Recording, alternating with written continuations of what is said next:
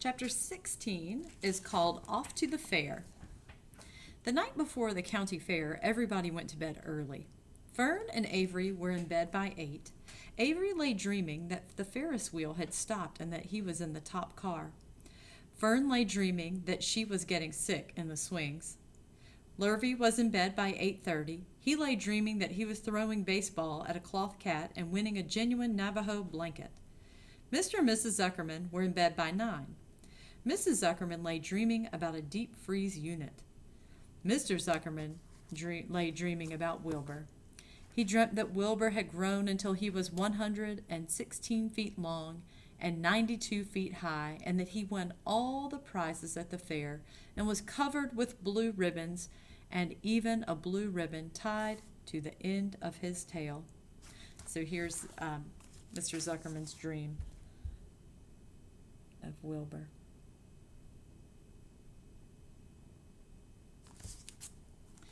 Down in the barn cellar, the animals, too, went to sleep early. Early, all except Charlotte. Tomorrow would be fair day. Every creature planned to get up early to see Wilbur off on his great adventure. When morning came, everybody got up at daylight. The day was hot. Up the road at the Arables' house, Fern lugged a pail of hot water to her room and took a sponge bath. Then she put on her prettiest dress because she knew she would see boys at the fair.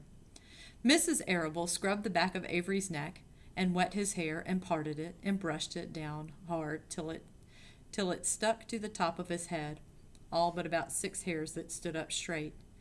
Avery put on clean underwear, clean blue jeans, and a clean shirt. Mr. Arable dressed, ate breakfast, and then went out and polished his truck. He had offered to drive everybody to the fair, including Wilbur. Bright and early, Lurvy put clean straw in Wilbur's crate and filled it into the pig pen. The crate was green. In gold letters, it said, Zuckerman's Famous Pig. Charlotte had her web looking fine for the occasion. Wilbur ate his breakfast slowly. He tried to look radiant without getting food in his ears. In the kitchen, Mrs. Zuckerman suddenly made an announcement. Homer, she said to her husband, I'm going to give that pig a buttermilk bath. A what? Said Mr. Zuckerman. A buttermilk bath. My grandmother used to bathe her pig with buttermilk when it got dirty. I just remembered. Wilbur's not dirty, said Mr. Zuckerman proudly. He's filthy behind the ears, said Mrs. Zuckerman. Every time Lurvy slops him, the food runs down the ears. Then it dries and forms a crust. He also has a smudge on one side where he lays in the manure. He lays in clean straw, corrected Mr. Zuckerman. Well, he's dirty, and he's going to have a bath. Mr. Zuckerman sat down weakly and ate a donut.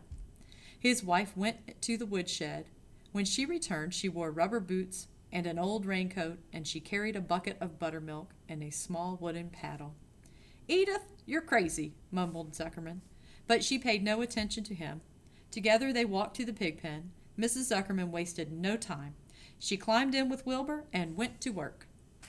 Dipping her paddle in the buttermilk, she rubbed him all over. The geese gathered around to see the fun, and so did the sheep and lambs. Even Templeton poked his head out cautiously to watch Wilbur get a buttermilk bath. Charlotte got so interested she lowered herself on a drag line so she could see better. Wilbur stood still and closed his eyes. He could feel the buttermilk trickling down his sides. He opened his mouth and some buttermilk ran in. It was delicious. He felt radiant and happy. When Mrs. Zuckerman got through and rubbed him dry, he was the cleanest, prettiest pig you ever saw. And here's a picture of Mrs. Zuckerman giving Wilbur a buttermilk bath.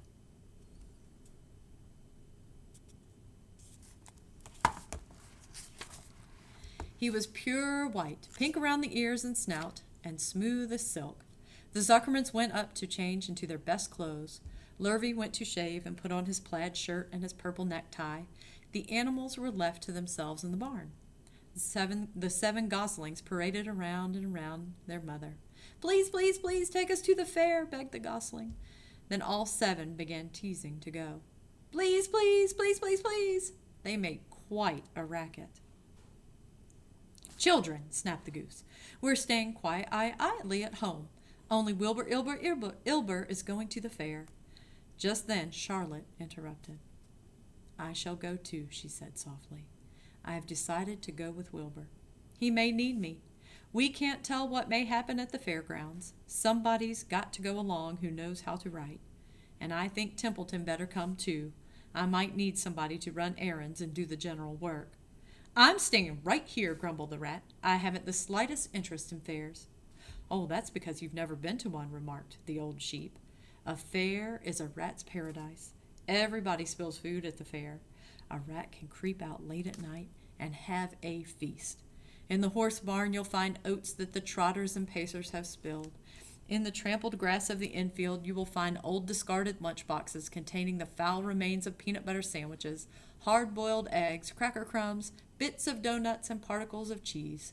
In the hard-packed dirt of the midway, after the glaring lights are out and the people have gone home to bed, you will find a treasure of popcorn fragments, frozen custard dribblings, candied apples abandoned by tired children, sugar-fluffed crystals, salted almonds, popsicles, partially gnawed ice cream cones, and the wooden sticks of lollipops.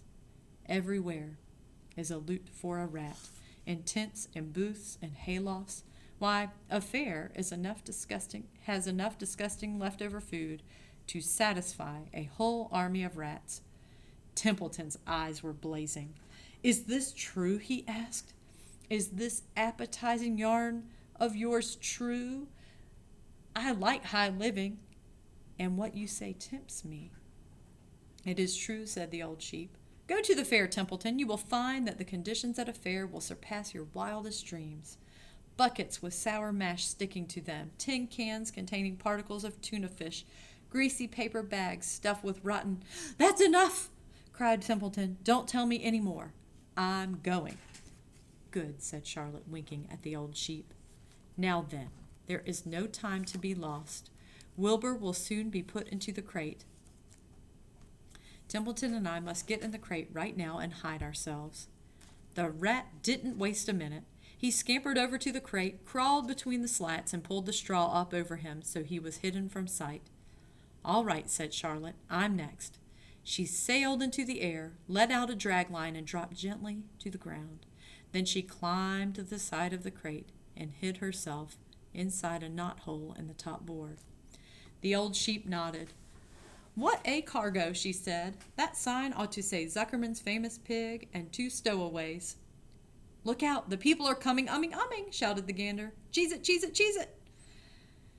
The big truck with Mr. Arable at the wheel backed slowly down toward the barnyard. Lurvy and Mr. Zuckerman walked alongside.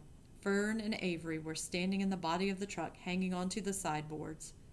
Listen to me, whispered the old sheep to Wilbur. When they open the crate and try to put you in, struggle. Don't go without a tussle. Pigs always resist when they are being loaded. If I struggle, I'll get dirty, said Wilbur. Never mind that. Do as I say. Struggle. If you were to walk into the crate without resisting, Zuckerman might think you were bewitched. He'd be scared to go to the fair. Templeton poked his head up through the straw.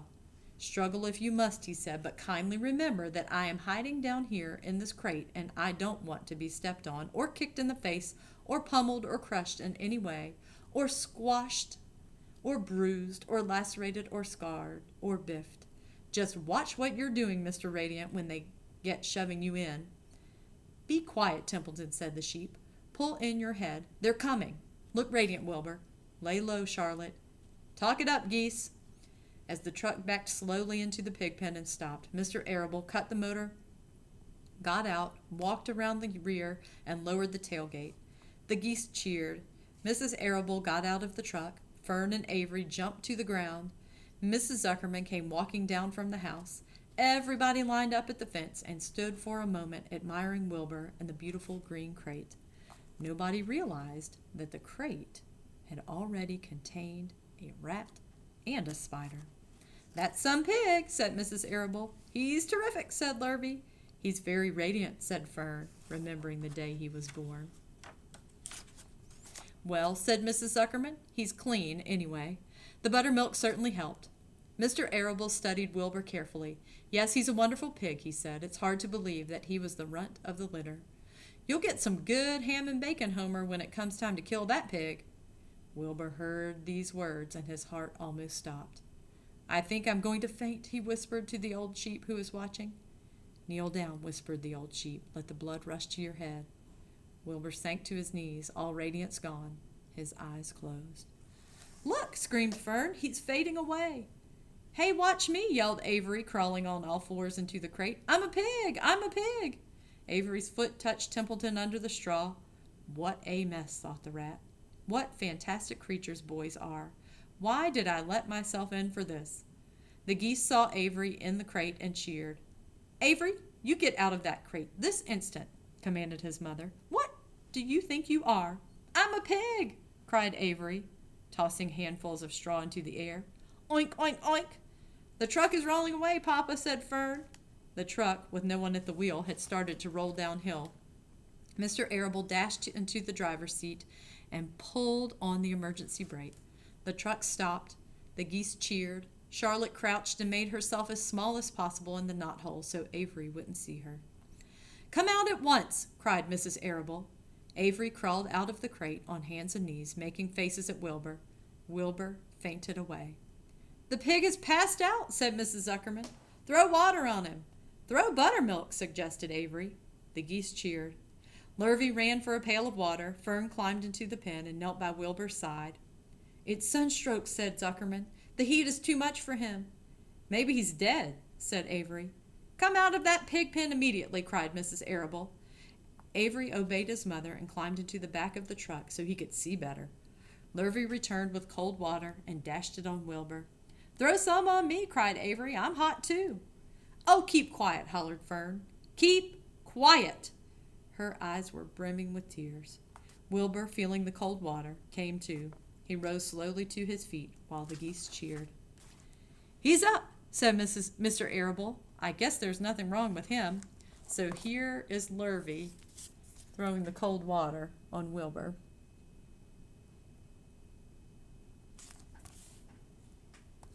I'm hungry, said Avery. I want a candied apple. Wilbur's all right now, said Fern. We can start. I want to take a ride in the Ferris wheel. Mr. Zuckerman and Mr. Arable and Lurvy grabbed the pig and pushed him headfirst toward the crate. Wilbur began to struggle. The harder the men pushed, the harder he held back. Avery jumped down and joined the men. Wilbur kicked and thrashed and grunted. Nothing wrong with this pig, said Mr. Zuckerman, cheerfully pressing his knee against Wilbur's behind. All together now, boys. Shove! With a final heave, they jammed him in the crate. The geese cheered. Lurvy nailed some boards across the end so Wilbur couldn't back out.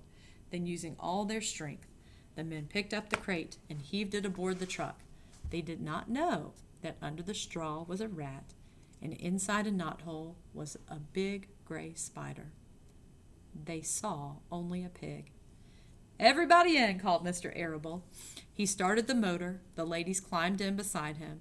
Mr. Zuckerman and Lurvy and Fern and Avery rode in back, hanging onto their sideboards. The truck began to move ahead. The geese cheered. The children answered their cheer, and away they went, everybody to the fair. So they are finally on their way.